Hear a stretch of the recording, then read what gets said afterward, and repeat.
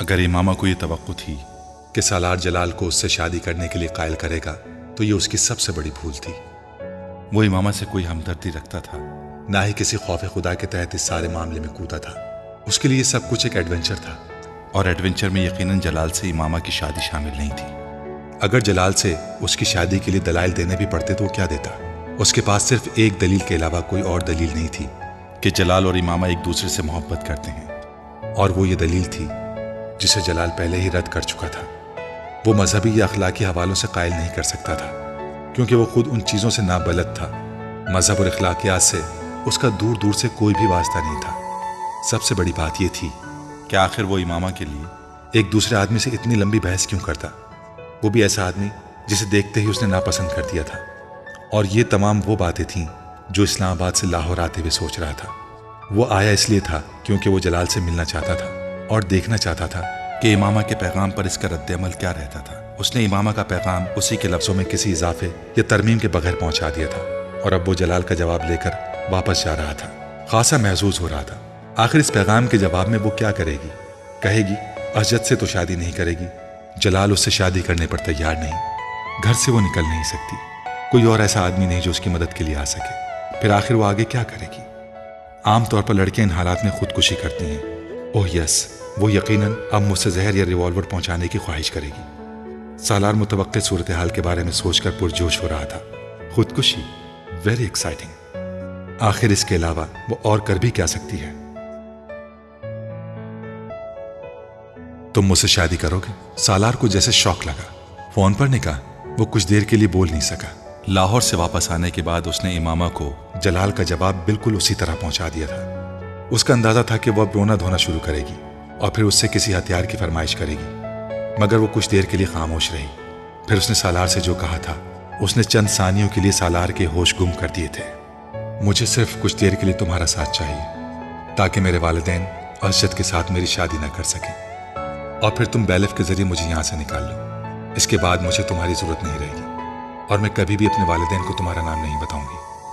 وہ اب کہہ رہی تھی اوکے کر لیتا ہوں، مگر یہ بیلف والا کام تھوڑا مشکل ہے، اس میں بہت سی لیگیلٹیز انوالو ہو جاتی ہیں، وکیل کو ہائر کرنا۔ اور امامہ نے دوسری طرف سے اس کی بات کاٹ دی۔ تم اپنے فرینڈ سے اس سلسلے میں مدد لے سکتے ہو، تمہارے فرینڈز تو اس طرح کے کاموں میں ماہر ہوں گے۔ سالار کے ماتھے پر کچھ بل نمودار ہوئے۔ کس طرح کے کاموں میں؟ اس طرح کے کاموں میں؟ تم کیسے جانتی ہو؟ وسیم نے مجھے بتایا تھا کہ تمہاری کمپنی اچھی نہیں ہے۔ امامہ کے منہ سے بے اختیار نکلا اور پھر وہ خاموش ہو گئی۔ یہ جملہ مناسب نہیں تھا۔ میری کمپنی بہت اچھی ہے، کم از کم جلال النصر کی کمپنی سے بہتر ہے، سالار نے چپتے ہوئے لہجے میں کہا۔ وہ اس بار بھی خاموش رہی۔ بہرحال میں دیکھتا ہوں میں اس سلسلے میں کیا کر سکتا ہوں۔ سالار کچھ دیر اس کے جواب کا انتظار کرنے کے بعد بولا، مگر تمہیں یہ بات ضرور یاد رکھنی چاہیے کہ یہ کام بہت رسکی ہے۔ میں جانتی ہوں، مگر ہو سکتا ہے میرے والدین صرف یہ پتہ چلنے پر ہی مجھے گھر سے نکال دیں کہ میں شادی کر چکی ہوں، اور مجھے بیلف کی مدد لینی نہ پڑے۔ ہو سکتا ہے وہ میری شادی کو قبول کر لیں اور پھر میں تم سے طلاق لے کر جلال سے شادی کر سکوں۔ سالار نے سر کو قدر افسوس کے عالم میں جھٹکا۔ اس نے دنیا میں اس طرح کا احمق پہلے کبھی نہیں دیکھا۔ وہ احمقوں کی جنت کی ملکہ تھی، یا شاید ہونے والی تھی۔ چلو دیکھتا ہوں کیا ہوتا ہے، سالار نے فون بند کرتے ہوئے کہا۔ میں ایک لڑکی سے نکاح کرنا چاہتا ہوں۔ حسن نے سالار کے چہرے کو غور سے دیکھا اور پھر بے اختیار ہنسا۔ یہ اس سال کا نیا ایڈونچر ہے یا آخری ایڈونچر؟ آخری ایڈونچر، سالار نے بڑی سنجیدگی کے ساتھ تبصرہ کیا۔ یعنی تم شادی کر رہے ہو؟ حسن نے برگر کھاتے ہوئے کہا۔ شادی کا کون کہہ رہا ہے؟ سالار نے اسے دیکھا۔ تو پھر میں ایک لڑکی سے نکاح کرنا چاہ رہا ہوں، اس کو مدد کی ضرورت ہے، میں اس کی مدد کرنا چاہتا ہوں۔ حسن اس کا چہرہ دیکھنے لگا۔ آج تم مذاق کے موڈ میں ہو؟ نہیں، بالکل بھی نہیں، میں نے تمہیں یہاں مذاق کے لیے تو نہیں بلایا۔ پھر کیا فضول باتیں کر رہے ہو؟ نکاح، لڑکی کی مدد وغیرہ وغیرہ۔ اس بار حسن نے قدرے ناگواری سے کہا۔ محبت ہو گئی تمہیں اس سے؟ مائی فٹ، میرا دماغ خراب ہے کہ میں کسی سے محبت کروں گا، اور وہ بھی اس عمر میں؟ سالار نے تحقیر آمیز انداز میں کہا۔ یہی تو میں بھی یہی کہہ رہا ہوں کہ پھر تم کیا کر رہے ہو؟ سالار نے اس بار اس سے تفصیل سے امامہ اور اس کے مسئلے کے بارے میں بتایا۔ اس نے حسن کو صرف یہ نہیں بتایا کہ وہ لڑکی وسیم کی بہن ہے، کیونکہ حسن وسیم سے بہت اچھی طرح واقف تھا، لیکن اس سے تفصیلات سننے کے بعد حسن نے پہلا سوال ہی یہ کیا تھا، وہ لڑکی کون ہے؟ سالار نے بے اختیار ایک گہرا سانس لیا۔ وسیم کی بہن۔ واٹ؟ حسن بے اختیار اچھلا۔ وسیم کی بہن؟ وہ جو میڈیکل کالج میں پڑھتی ہے؟ ہاں، تمہارا دماغ خراب ہو گیا ہے. تم کیوں خواہ اس طرح کی حماقت کر رہے ہو؟ وسیم کو بتا دو اس سارے معاملے کے بارے میں. میں تم سے مدد مانگنے آیا ہوں، مشورہ نہیں. سالار نے ناگواری سے کہا. میں تمہاری کیا مدد کر سکتا ہوں؟ حسن نے الجھے ہوئے انداز میں کہا. تم نکاح خواہ اور کچھ گواہوں کا انتظام کرو تاکہ میں اس سے فون پر نکاح کر سکوں. سالار نے فوراً ہی کام کی بات کی. مگر تمہیں یہ نکاح کر کے کیا فائدہ ہوگا؟ کچھ بھی نہیں، مگر میں کسی فائدے کے بارے میں سوچ بھی کب رہا ہوں. دفع کرو سالار اس سب کو. تم کیوں کسی دوسرے کے معاملے میں کود رہے ہو، اور وہ بھی وسیم کی بہن کے معاملے میں؟ بہتر. سالار نے اس بار درستی سے اس کی بات کاٹی. تم مجھے صرف یہ بتاؤ میری مدد کرو گے یا نہیں. باقی چیزوں کے بارے میں پریشان ہونا تمہارا مسئلہ نہیں ہے. ٹھیک ہے، میں تمہاری مدد کروں گا. میں مدد کرنے سے انکار نہیں کر رہا ہوں، مگر تم یہ سوچ لو کہ یہ سب بہت خطرناک ہے. حسن نے ہتھیار ڈالنے والے انداز میں کہا. میں سوچ چکا ہوں، تم مجھے تفصیلات بتاؤ. سالار نے اس بار فرینچ فرائز کھاتے ہوئے کچھ مطمئن انداز میں کہا. بس ایک بات، اگر انکل اور آنٹی کو پتہ چل گیا تو کیا ہوگا؟ انہیں پتہ نہیں چلے گا. وہ یہاں نہیں ہیں، کراچی گئے ہوئے ہیں اور ابھی کچھ دن وہاں رکیں گے. وہ یہاں ہوتے پھر میرے لیے سب کچھ کرنا مشکل ہوتا. سالار نے اسے مطمئن کرنے کی کوشش کرتے ہوئے کہا. وہ اپنا برگر تقریباً ختم کر چکا تھا. حسن اپنا برگر کھاتے ہوئے کسی گہری سوچ میں ڈوبا نظر آ رہا تھا، مگر سالار اس کے تاثرات کی طرف دھیان نہیں دے رہا تھا.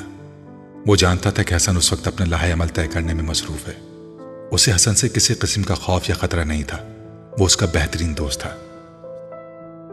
حسن نے نکاح کے انتظامات بہت آسانی سے کر لیے تھے. سالار نے اسے کچھ رقم دی تھی جس سے اس نے 3 گواہوں کا انتظام کر لیا تھا. چوتھے گواہ کے طور پر وہ خود موجود تھا.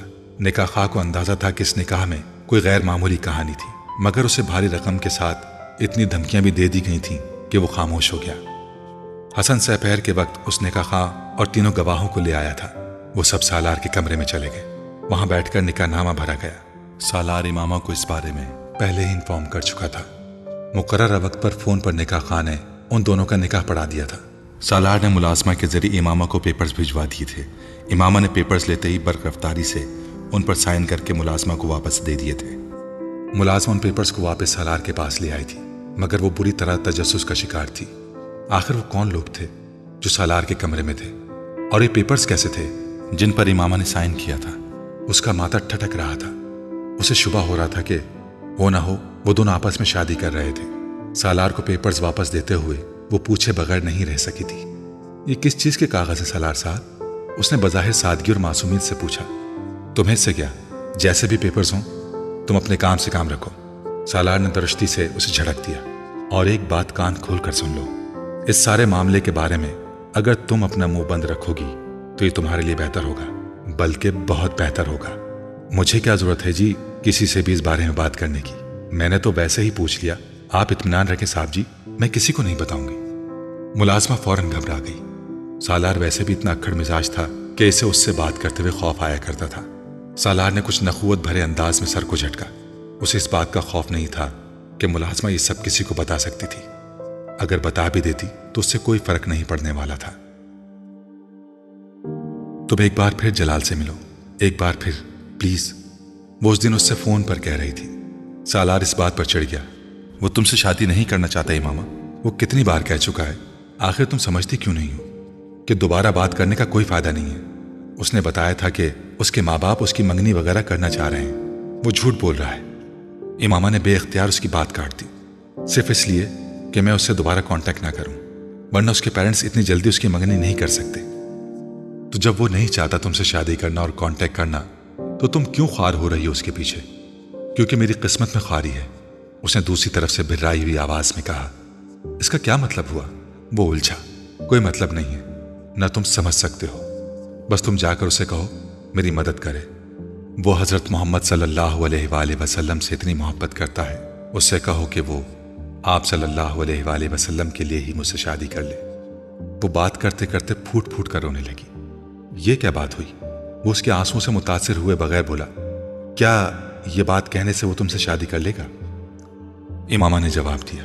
وہ ہچکیوں سے رو رہی تھی. وہ بیزار ہو گیا. تم یا تو رو لو یا پھر مجھ سے بات کر لو. دوسری طرف سے فون بند کر دیا گیا. سالار نے فوراً کال کی. کال ریسیو نہیں کی گئی. 15-20 منٹ بعد امامہ نے دوبارہ اسے کال کی.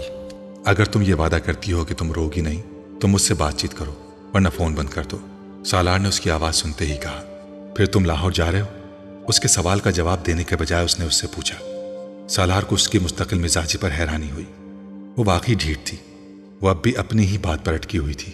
اچھا میں چلا جاؤں گا۔ تم نے اپنے گھر والوں کو شادی کے بارے میں بتایا؟ سالار نے موضوع بدلتے ہوئے کہا۔ نہیں، ابھی نہیں بتایا۔ وہ اب خود پر قابو پا چکی تھی۔ کب بتاؤ گی؟ سالار کو جیسے ڈرامے کے اگلے سین کا انتظار تھا۔ پتہ نہیں، وہ کچھ الجھی۔ تم کب لاہور جاؤ گے؟ بس جلدی چلا جاؤں گا، ابھی یہاں مجھے کچھ کام ہے، ورنہ فوراً ہی چلا جاتا۔ اس بار سالار نے جھوٹ بولا تھا۔ نہ تو اسے کوئی کام تھا اور نہ ہی وہ اس بار لاہور جانے کا ارادہ رکھتا تھا۔ جب تم بیلف کے ذریعے اپنے گھر سے نکل آؤ گی تو اس کے بعد تم کیا کرو گی؟ کہاں جاؤ گی؟ سالار نے ایک بار پھر اسے موضوع سے ہٹاتے ہوئے کہا۔ اس صورتحال میں جب جلال بھی تمہاری مدد کرنے پر تیار نہ ہوا تو میں ابھی ایسا کچھ فرض نہیں کر رہی، وہ ضرور میری مدد کرے گا، امامہ نے اس کی بات کاٹتے ہوئے پرزور انداز میں کہا۔ سالار نے کندھے اچکائے۔ تم کچھ بھی فرض کرنے کو تیار نہیں ہو، ورنہ میں تم سے ضرور کہتا کہ شاید وہ نہ ہو جو تم چاہتی ہو۔ پھر تم کیا کرو گی؟ تمہیں دوبارہ اپنے پیرنٹس کی مدد کی ضرورت پڑے گی، تو زیادہ بہتر یہ ہے کہ تم ابھی یہاں سے جانے کا نہ سوچو، نہ ہی بیلف کورٹ کی مدد لو۔ بعد میں بھی تو تمہیں یہیں آنا پڑے گا۔ میں دوبارہ کبھی یہاں نہیں آؤں گی، کسی صورت میں نہیں۔ یہ جذباتیت ہے، سالار نے تبصرہ کیا۔ تم ان چیزوں کو نہیں سمجھ سکتے۔ امامہ نے ہمیشہ کی طرح اپنا مخصوص جملہ دہرایا۔ سالار کو جز بس ہوا۔ اوکے، کرو جو کرنا چاہتی ہو، اس نے لاپرواہی سے کہہ کر فون بند کر دیا۔ کل شام کو ہم لوگ اسجد کے ساتھ تمہارا نکاح کر رہے ہیں، تمہاری رخصتی بھی ساتھ ہی کر دیں گے۔ ہاشم مبین نے رات کو اس کے کمرے میں آ کر اکھڑے ہوئے لہجے میں کہا۔ بابا میں انکار کر دوں گی، آپ کے لیے بہتر ہے آپ اس طرح کی زبردستی میرے ساتھ نہ کریں۔ تم انکار کرو گی تو میں تمہیں اسی وقت شوٹ کر دوں گا، یہ بات یاد رکھنا تم۔ وہ سر اٹھاتے انہیں دیکھتی رہی۔ بابا میں شادی کر چکی ہوں۔ ہاشم مبین کے چہرے کا رنگ اڑ گیا۔ میں اس لیے اس شادی سے انکار کر رہی تھی۔ تم جھوٹ بول رہی ہو۔ نہیں، میں جھوٹ نہیں بول رہی ہوں، میں 6 ماہ پہلے شادی کر چکی ہوں۔ کس کے ساتھ؟ میں یہ آپ کو نہیں بتا سکتی۔ ہاشم مبین کو اندازہ نہیں تھا کہ وہ اس اولاد کے ہاتھوں اتنا خوار ہوں گے۔ آگ بگولا ہو کر وہ امامہ پر لپ کے اور انہیں یکے بعد دیگر اس کے چہرے پر تھپڑ مارنے شروع کر دیے۔ وہ چہرے کے سامنے دونوں ہاتھ کرتے ہوئے خود کو بچانے کی کوشش کرنے لگی، مگر وہ اس میں پوری طرح ناکام رہی۔ کمرے میں ہونے والا شور سن کر وسیم سب سے پہلے وہاں آیا تھا۔ اس نے ہاشم مبین کو پکڑ کر زبردستی امامہ سے دور کیا۔ وہ دیوار کے ساتھ پشت ٹکائے روتی رہی۔ بابا آپ کیا کر رہے ہیں؟ سارا معاملہ آرام سے حل کیا جا سکتا ہے۔ وسیم کے پیچھے گھر کے باقی لوگ بھی اندر چلے آئے۔ اس نے شادی کر لی ہے کسی سے، ہاشم مبین نے غم و غصے کے عالم میں کہا۔ بابا جھوٹ بول رہی، شادی کیسے کر سکتی ہے؟ ایک بار بھی گھر سے نہیں نکلی۔ یہ وسیم تھا، 6 ماہ پہلے شادی کر لی ہے اس نے۔ امامہ نے سر نہیں اٹھایا۔ نہیں، میں نہیں مانتا، ایسا نہیں ہو سکتا، یہ ایسا کر ہی نہیں سکتی۔ وسیم اس کی رگ رگ سے واقف تھا۔ امامہ نے دھندلائی آنکھوں کے ساتھ اسے دیکھا اور کہا، ایسا ہو چکا ہے، کیا ثبوت ہے؟ نکاح نامہ ہے تمہارے پاس؟ وسیم نے اکھڑ لہجے میں کہا، یہاں نہیں ہے، لاہور میں ہے، میرے سامان میں۔ بابا میں کل لاہور سے اس کا سامان لے کر آتا ہوں، دیکھ لیتے ہیں، وسیم نے ہاشم مبین سے کہا۔ امامہ بے اختیار پچھتائی، سامان سے کیا مل سکتا تھا؟ شادی کر بھی لی تو کوئی بات نہیں، طلاق دلوا کر تمہاری شادی اسجد سے کراؤں گا، اور اس آدمی نے طلاق نہ دی تو پھر اسے قتل کرا دوں گا۔ ہاشم مبین نے سرخ چہرے کے ساتھ وہاں سے جاتے ہوئے کہا۔ کمرہ آہستہ آہستہ خالی ہو گیا۔ وہ اپنے بیڈ پر بیٹھ گئی۔ اسے پہلی بار احساس ہو رہا تھا کہ جال میں پھنسنے کے بعد کے احساسات کیا ہوتے ہیں۔ یہ ایک اتفاق تھا کہ نکاح نامے کی کاپی سالار نے اس کو نہیں بھجوائی تھی۔ اگر اس کے پاس ہوتی بھی تو تب بھی وہ اسے ہاشم مبین کو نہیں دے سکتی تھی، ورنہ سالار سکندر کا نام نکاح نامے پر دیکھنے کے بعد ان کے لیے اس تک پہنچنا اور اس سے چھٹکارا حاصل کرنا منٹوں کا کام تھا۔ اس کے سامان سے نکاح نامہ نہیں ملے گا تو اس کے اس بیان پر کسی کو یقین نہیں آ سکتا کہ وہ نکاح کر چکی ہے۔ اس نے کمرے کے دروازے کو لاک کر دیا اور موبائل پر سالار کو کال کرنے لگی۔ اس نے اسے ساری صورتحال سے آگاہ کر دیا۔ تم ایک بار پھر لاہور جاؤ اور جلال کو میرے بارے میں بتاؤ۔ میں اب اس گھر میں نہیں رہ سکتی، مجھے یہاں سے نکلنا ہے، اور اس کے علاوہ میں کہیں نہیں جا سکتی۔ تم میرے لیے ایک وکیل کو ہائر کرو اور اس سے کہو کہ میرے پیرنٹس کو میرے شوہر کی طرف سے مجھے حبس بیجا میں رکھنے کے خلاف ایک کورٹ نوٹس بھجوائے۔ تمہارے شوہر یعنی میری طرف سے؟ تم وکیل کو اپنا نام مت بتانا، بلکہ یہ بہتر ہے کہ اپنے کسی دوست کے ذریعے وکیل کو ہائر کرو، اور میرے شوہر کا کوئی بھی فرضی نام دے سکتے ہو۔ تمہارا نام وکیل کے ذریعے انہیں پتہ چلے گا تو وہ تم تک پہنچ جائیں گے، اور میں یہ نہیں چاہتی۔ امامہ نے اسے یہ نہیں بتایا کہ اسے کیا خدشہ ہے، اور نہ ہی سالار نے اندازہ لگانے کی کوشش کی۔ اس سے بات کرنے کے بعد امامہ نے فون بند کر دیا۔ اگلے روز کسی وکیل نے فون کر کے ہاشم مبین سے امامہ کے سلسلے میں بات کی اور انہیں امامہ کو زبردستی اپنے گھر میں رکھنے کے بارے میں اس کے شوہر کی طرف سے کیے جانے والے کیس کے بارے میں بتایا۔ ہاشم مبین کو مزید کسی ثبوت کی ضرورت نہیں رہی تھی۔ وہ غصے میں پھنکارتے ہوئے اس کے کمرے میں گئے اور اسے بری طرح مارا۔ تم دیکھنا امامہ، تم کس طرح برباد ہوگی، ایک ایک شے کے لیے ترسوگی۔ تم جو لڑکیاں تمہاری طرح اپنے ماں باپ کی عزت کو نیلام کرتی ہیں، ان کے ساتھ یہی ہوتا ہے۔ تم ہمیں کورٹ تک لے گئی ہو، تم نے وہ سارے احسان فراموش کر دیے جو ہم نے تم پر کیے۔ تمہارے جیسی بیٹیوں کو واقعی پیدا ہوتے ہی دفن کر دینا چاہیے۔ وہ بڑی خاموشی سے پٹتی رہی، اپنے باپ کی کیفیات کو سمجھ سکتی تھی، مگر وہ اپنی کیفیات اور اپنے احساسات انہیں نہیں سمجھا سکتی تھی۔ تم نے ہمیں کسی کو منہ دکھانے کے قابل نہیں چھوڑا، کسی کو نہیں، ہمیں زندہ درگور کر دیا ہے تم نے۔ سلمہ اس کے پیچھے کمرے میں داخل ہوئی تھی، مگر انہوں نے ہاشم مبین کو روکنے کی کوشش نہیں کی۔ وہ خود بھی بری طرح مشتعل تھی۔ وہ جانتی تھی کہ امامہ کا یہ قدم کس طرح ان کے پورے خاندان کو متاثر کرنے والا تھا، اور خاص طور پر ان کے شوہر کو۔ تم نے ہمارے اعتماد کا خون کیا ہے، کاش تم میری اولاد نہ ہوتی، کبھی میرے خاندان میں پیدا نہ ہوتی۔ پیدا ہو ہی گئی تھی تو تب ہی مر جاتی، یا میں ہی تمہیں مار دیتا۔ امامہ آج ان کی باتوں اور پٹائی پر نہیں روئی تھی۔ اس نے مدافعت کی کوئی کوشش نہیں کی تھی، وہ صرف خاموشی کے ساتھ پٹتی رہی۔ پھر ہاشم مبین احمد جیسے تھک سے گئے اور اسے مارتے مارتے رک گئے۔ ان کا سانس پھول گیا تھا۔ وہ بالکل خاموشی سے ان کے سامنے دیوار کے ساتھ لگی کھڑی تھی۔ تمہارے پاس اب بھی وقت ہے، سب کچھ چھوڑ دو، اس لڑکے سے طلاق لے لو اور اسجد سے شادی کر لو۔ ہم اس سب کو معاف کر دیں گے، بھلا دیں گے۔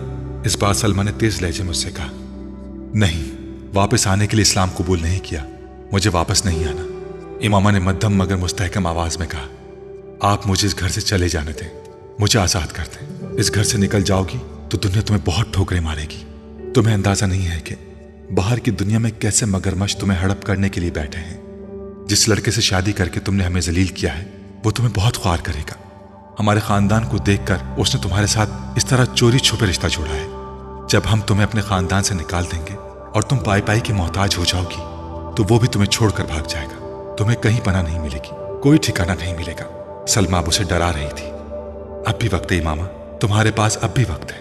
نہیں امی، میرے پاس وقت نہیں ہے، میں سب کچھ طے کر چکی ہوں، میں اپنا فیصلہ آپ کو بتا چکی ہوں۔ مجھے یہ سب قبول نہیں، مجھے آپ جانے دیں۔ اپنے خاندان سے الگ کرنا چاہتے ہیں کر دیں، جائیداد سے محروم کرنا چاہتے ہیں کر دیں، میں کوئی اعتراض نہیں کروں گی، مگر میں کروں گی وہی جو میں آپ کو بتا رہی ہوں۔ میں اپنی زندگی کے راستے کا انتخاب کر چکی ہوں، آپ یا کوئی بھی اسے بدل نہیں سکتا۔ ایسی بات ہے تو تم اس گھر سے نکل کر دکھاؤ، میں تمہیں جان سے مار دوں گی، لیکن اس گھر سے تمہیں جانے نہیں دوں گی، اور اس وکیل کو تو میں اچھی طرح دیکھ لوں گا۔ تمہیں اگر یہ خوش فہمی ہے کہ کوئی کورٹ یا عدالت تمہیں میری تحویل سے نکال سکتی ہے تو یہ تمہاری بھول ہے۔ میں تمہیں کبھی بھی کہیں بھی جانے نہیں دوں گا۔ میں بیلک میں آنے سے پہلے اس گھر سے کہیں اور منتقل کر دوں گا، پھر میں دیکھوں گا کہ تم کس طرح اپنے فیصلے کو تبدیل نہیں کرتی۔ اور مجھے اگر وہ لڑکا نہ ملا جس سے تم نے شادی کی ہے تو پھر میں اس بات کی پرواہ کیے بغیر کہ تمہارا نکاح ہو چکا ہے، اسجد سے تمہاری شادی کر دوں گا۔ میں اس شادی کو سرے سے ماننے سے انکار کرتا ہوں۔ تمہاری شادی صرف وہ ہوگی جو میری مرضی سے ہوگی، اس کے علاوہ نہیں۔ وہ مشتعل انداز میں کہتے ہوئے سلمہ کے ساتھ باہر نکل گئے۔ وہ وہیں دیوار کے ساتھ کھڑی خوفزدہ اور پریشان نظروں سے دروازے کو دیکھتی رہی۔ اس نے جس مقصد کے لیے شادی کی تھی اس کا کوئی فائدہ ہوتا نظر نہیں آ رہا تھا۔ ہاشم مبین احمد اپنی بات پر چٹان کی طرح اڑے ہوئے تھے۔ بیچاری امامہ بی بی۔ ناصرہ نے سالار کے کمرے کی صفائی کرتے ہوئے اچانک بلند آواز میں افسوس کا اظہار کرتے ہوئے کہا۔ سالار نے مڑ کر اسے دیکھا، وہ اپنی اسٹڈی ٹیبل پر پڑی ہوئی کتابوں کو سمیٹ رہا تھا۔ ناصرہ اسے متوجہ دیکھ کر تیزی سے بولی، بڑی مار پڑی ہے جی کل رات کو۔ کس کو مار پڑی ہے؟ سالار نے کتابیں ایک طرف رکھتے ہوئے کہا۔ امامہ بی بی کو جی، اور کسے؟ وہ کتابیں ایک طرف کرتے کرتے رک گیا اور ناصرہ کو دیکھا جو کمرے میں موجود ایک شیلف کی جھاڑ پونچھ کر رہی تھی۔ ہاشم مبین نے کل بہت مارا ہے اسے۔ سالار بے حد محسوس ہوا۔ باقی؟ ہاں جی، بہت زیادہ پٹائی کی ہے، میری بیٹی بتا رہی تھی، ناصرہ نے کہا۔ Very nice. سالار نے بے اختیار تبصرہ کیا۔ جی آپ کیا کہہ رہے ہیں؟ ناصرہ نے اس سے پوچھا۔ اس کے ہونٹوں پر موجود مسکراہٹ ناصرہ کو بڑی عجیب لگی۔ اسے توقع نہیں تھی کہ وہ اس خبر پر مسکرائے گا۔ اس کے ذاتی قیافوں اور اندازوں کے مطابق ان دونوں کے درمیان جیسے تعلقات تھے، اس پر سالار کو بہت زیادہ افسردہ ہونا چاہیے تھا، مگر یہاں صورتحال بالکل برعکس تھی۔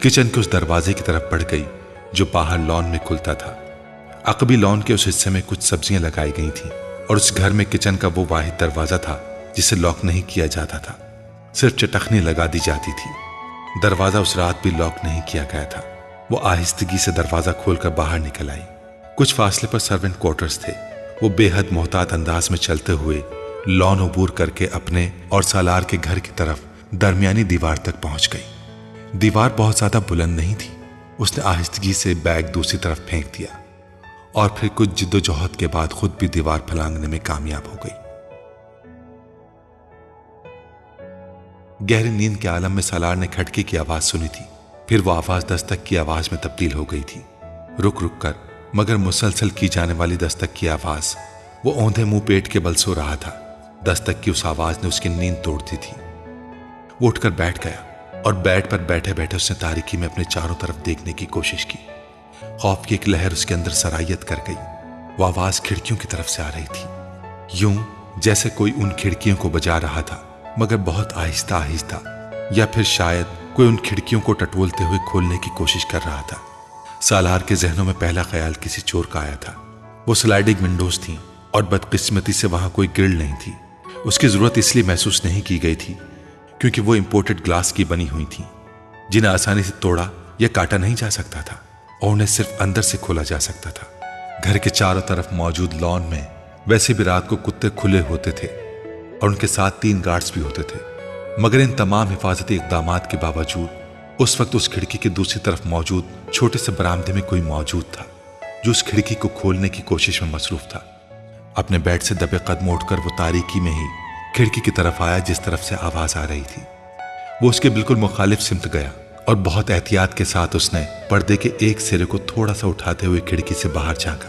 لان میں لگی روشنیوں میں اس نے کھڑکی کے سامنے جس کو کھڑا دیکھا تھا اس نے اسے ہکا بکا کر دیا تھا۔ یہ پاگل ہے، بے اختیار اس کے منہ سے نکلا۔ اس وقت اگر لان میں پھرتے 4 غیر ملکی نسل کے کتے اسے دیکھ لیتے تو سالار یا کسی دوسرے کے پہنچنے سے پہلے ہی وہ اسے چیر پھاڑ کر چکے ہوتے، اور اگر کہیں گارڈز میں سے کسی نے اسے وہاں دیکھا ہوتا تو وہ بھی تفتیش یا تحقیق پر وقت ضائع کرنے سے پہلے اسے شوٹ کر چکے ہوتے۔ مگر وہ اس وقت بالکل محفوظ وہاں کھڑی تھی اور یقیناً اپنے گھر کی دیوار پھلانگ کر یہاں آئی تھی۔ ہونٹ بھینچے اس نے کمرے کی لائٹ آن کی۔ لائٹ آن ہوتے ہی دستک کی آواز رک گئی تھی۔ کتے کے بھونکنے کی آواز آ رہی تھی۔ پردے کھینچتے ہی اس نے سلائڈنگ ونڈو کو ہٹا دیا۔ اندر آؤ جلدی، سالار نے تیزی سے امامہ سے کہا۔ وہ کچھ نروس ہو کر کھڑکی سے اندر آ گئی۔ اس کے ہاتھ میں ایک بیگ بھی تھا۔ پردے برابر کرتے ہی سالار نے مڑ کر اس سے کہا، فور گاڈ سیک امامہ، تم پاگل ہو؟ امامہ نے جواب میں کچھ نہیں کہا۔ وہ اپنا بیگ اپنے پیروں میں رکھ رہی تھی۔ تم دیوار کراس کر کے آئی ہو؟ ہاں، تمہیں گارڈ سے کتوں میں سے کوئی دیکھ لیتا تو اس وقت باہر تمہاری لاش پڑی ہوتی۔ میں نے تمہیں بہت دفعہ رنگ کیا، تمہارا موبائل آف تھا، کوئی دوسرا راستہ نہیں تھا میرے پاس۔ سالار نے پہلی بار اس کا چہرہ غور سے دیکھا۔ اس کی آنکھیں سوجی ہوئی اور چہرہ ستا ہوا تھا۔ وہ بڑی سی سفید چادر لپیٹے ہوئے تھی مگر اس چادر اس کے کپڑوں پر جگہ جگہ مٹی کے داغ تھے۔ تم مجھے لاہور چھوڑ کر آ سکتے ہو؟ وہ کمرے کے وسط میں کھڑی اس سے پوچھ رہی تھی۔ اس وقت؟ اس نے حیرانی سے کہا، ہاں ابھی اسی وقت، میرے پاس وقت نہیں ہے۔ سالار نے تعجب کے عالم میں وال کلاک پر ایک نظر ڈالی۔ وکیل نے تمہارے گھر فون کیا تھا، تمہارا مسئلہ حل نہیں ہوا؟ امامہ نے نفی میں سر ہلایا۔ نہیں، وہ لوگ مجھے صبح کہیں بھجوا رہے ہیں، میں تمہیں اسی لیے سارا دن فون کرتی رہی مگر تم نے موبائل آن نہیں کیا۔ میں چاہتی تھی کہ تم وکیل سے کہو کہ وہ بیلف کے ساتھ آ کر مجھے وہاں سے آزاد کرائے مگر تم سے کانٹیکٹ نہیں ہوا، اور اگر کل تم سے کانٹیکٹ ہوتا بھی تو کچھ نہیں ہو سکتا تھا کیونکہ وہ لوگ اس سے پہلے ہی مجھے کہیں شفٹ کرتے تھے، اور یہ ضروری تو نہیں کہ مجھے یہ پتا ہو کہ وہ مجھے کہاں شفٹ کر رہے ہیں۔ سالار نے جمع ہی لی، اسے نیند آ رہی تھی۔ تم بیٹھ جاؤ، اس نے امامہ سے کہا۔ وہ ابھی تک کھڑی تھی۔ تم اگر مجھے لاہور نہیں پہنچا سکتے تو کم از کم بس اسٹینڈ تک پہنچا دو، میں وہاں سے خود لاہور چلی جاؤں گی۔ اس نے سالار کو نیند میں دیکھ کر کہا، میرا اندازہ ہے کہ اس وقت تو کوئی گاڑی لاہور نہیں جا رہی ہوگی، میں تمہیں صبح… امامہ نے اس کی بات کاٹ دی۔ نہیں، صبح نہیں، میں صبح تک یہاں سے نکل جانا چاہتی ہوں۔ اگر لاہور کی گاڑی نہیں ملی تو میں کسی اور شہر کی گاڑی میں بیٹھ جاؤں گی، پھر وہاں سے لاہور چلی جاؤں گی۔ تم بیٹھو تو صحیح، سالار نے اس سے ایک بار پھر کہا۔ وہ ایک لمحے کے لیے ہچکچائی، پھر صوفے پر جا کر بیٹھ گئی۔ سالار خود ہی اپنے بیڈ کی پائنتی پر بیٹھ گیا۔ لاہور تم کہاں جاؤ گی؟ اس نے پوچھا۔ جلال کے پاس۔ مگر وہ تو تم سے شادی سے انکار کر چکا ہے۔ میں پھر بھی اس کے پاس جاؤں گی، اسے مجھ سے محبت ہے، وہ مجھ کو اس طرح بے یار و مددگار نہیں چھوڑ سکتا۔ میں اس سے اور اس کے گھر والوں سے ریکویسٹ کروں گی، میں جانتی ہوں میری بات مان لیں گے، وہ میری صورتحال کو سمجھ لیں گے، مگر تم مجھ سے شادی کر چکی ہو۔ امامہ چونک کر سالار کا چہرہ دیکھنے لگی۔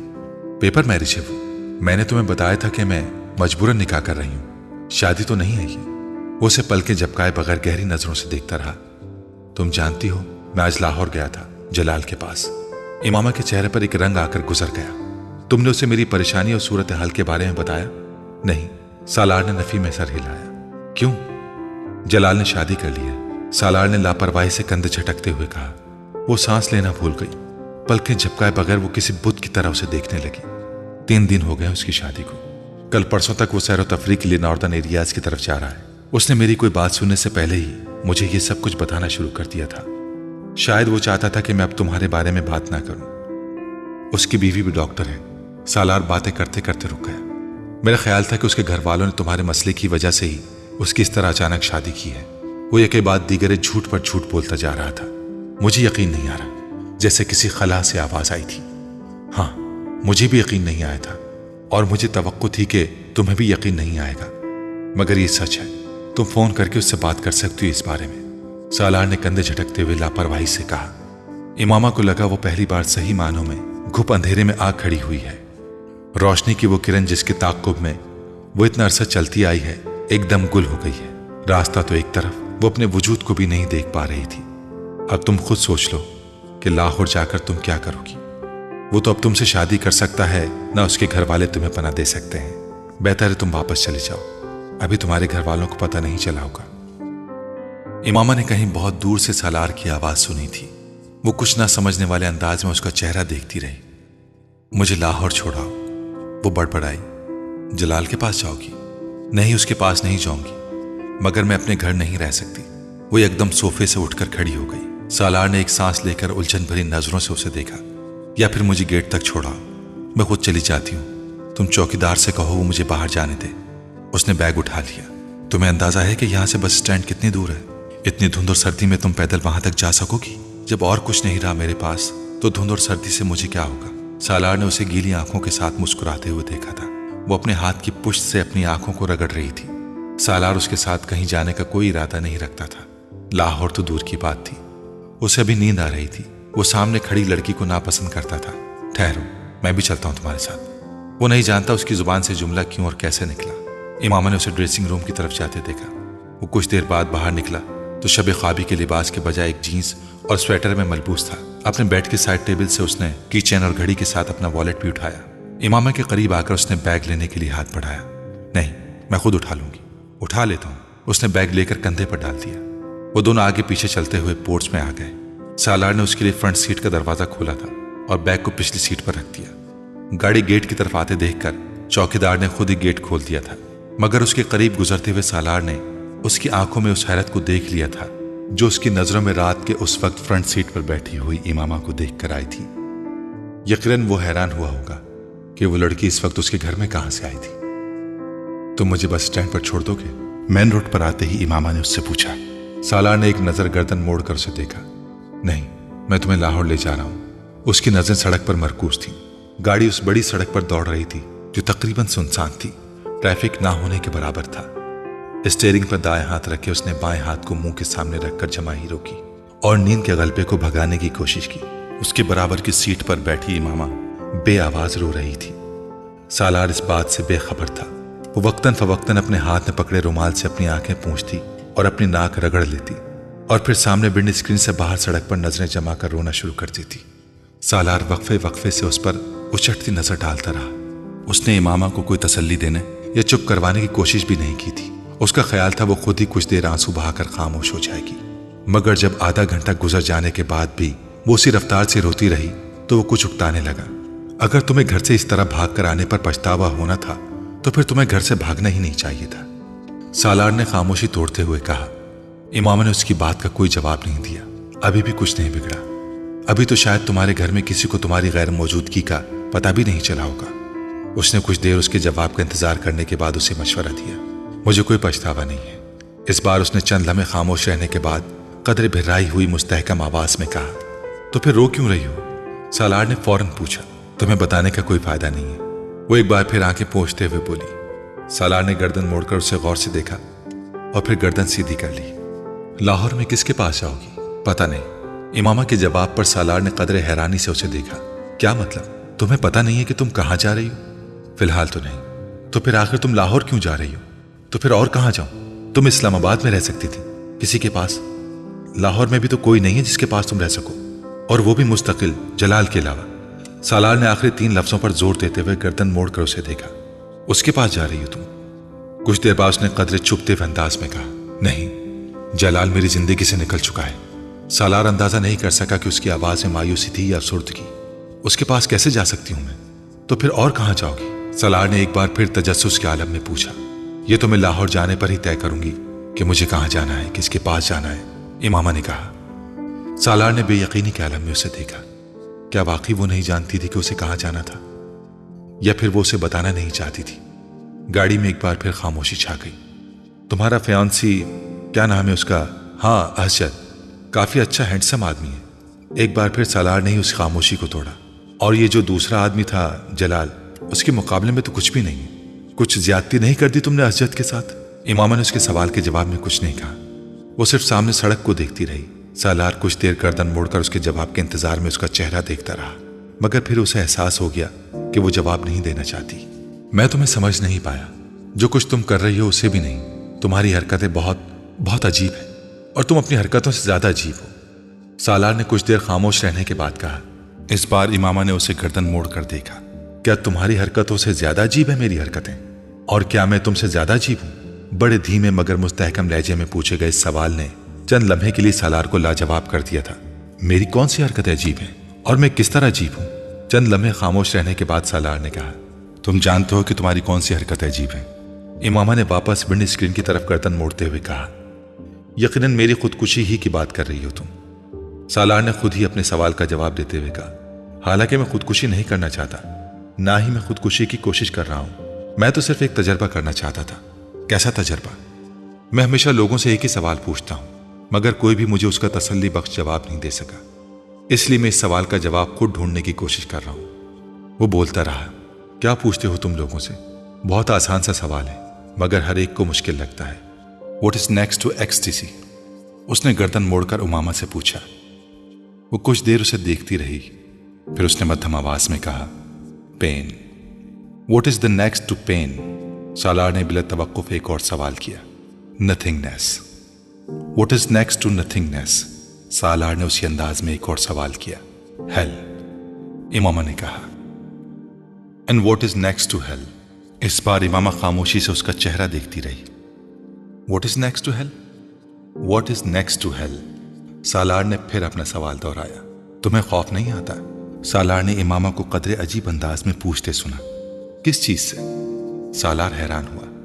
ہیل سے، اس جگہ سے جس کے آگے اور کچھ بھی نہیں ہوتا، سب کچھ اس کے پیچھے ہی رہ جاتا ہے۔ معتوب اور مغضوب ہو جانے کے بعد باقی بچتا کیا ہے جسے جاننے کا تمہیں تجسس ہے؟ امامہ نے قدر افسوس میں کہا، میں تمہاری بات سمجھ نہیں سکا، سب کچھ میرے سر کے اوپر سے گزرا ہے۔ سالار نے جیسے اعلان کرنے والے انداز میں کہا، فکر مت کرو، آ جائے گی۔ ایک وقت آئے گا جب تمہیں ہر چیز کی سمجھ آ جائے گی، یا پھر تمہاری ہنسی ختم ہو جائے گی۔ تب تمہیں خوف آنے لگے گا، موت سے بھی اور دوزخ سے بھی۔ اللہ تمہیں سب کچھ دکھا اور بتا دے گا، پھر تم کسی سے یہ کبھی نہیں پوچھا کرو گی، what is the next to ecstasy? Imama نے بہت رسانیت سے کہا، یہ تمہاری پیش گوئی ہے؟ سالار نے اس کی بات کے جواب میں کچھ چپتے ہوئے لہجے میں کہا، نہیں۔ امامہ نے اسی انداز میں کہا، تجربہ؟ سالار نے گردن سیدھی کر لی۔ ہاں، یہ تمہارا تجربہ ہی ہو سکتا ہے۔ کی تو تم نے خودکشی ہے، میرا مطلب ہے کرنے کی کوشش کی ہے۔ میں نے اپنے طریقے سے ہی کوشش کی تھی، تم نے اپنے طریقے سے کوشش کی ہے، سالار نے سرد مہری سے کہا۔ امامہ کی آنکھوں میں ایک بار پھر آنسو آ گئے۔ گردن موڑ کر اس نے سالار کو دیکھا۔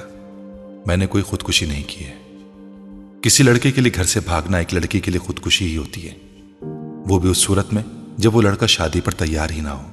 دیکھو، میں خود ایک لڑکا ہوں، بہت براڈ مائنڈڈ اور لبرل ہوں، اور میں بالکل برا نہیں سمجھتا اگر ایک لڑکی گھر سے بھاگ کر کسی لڑکے کے ساتھ کورٹ میرج یا شادی کر لے، مگر وہ لڑکا اس کا ساتھ تو دے۔ ایک ایسے لڑکے کے لیے گھر سے بھاگ جانا جو شادی کر چکا ہو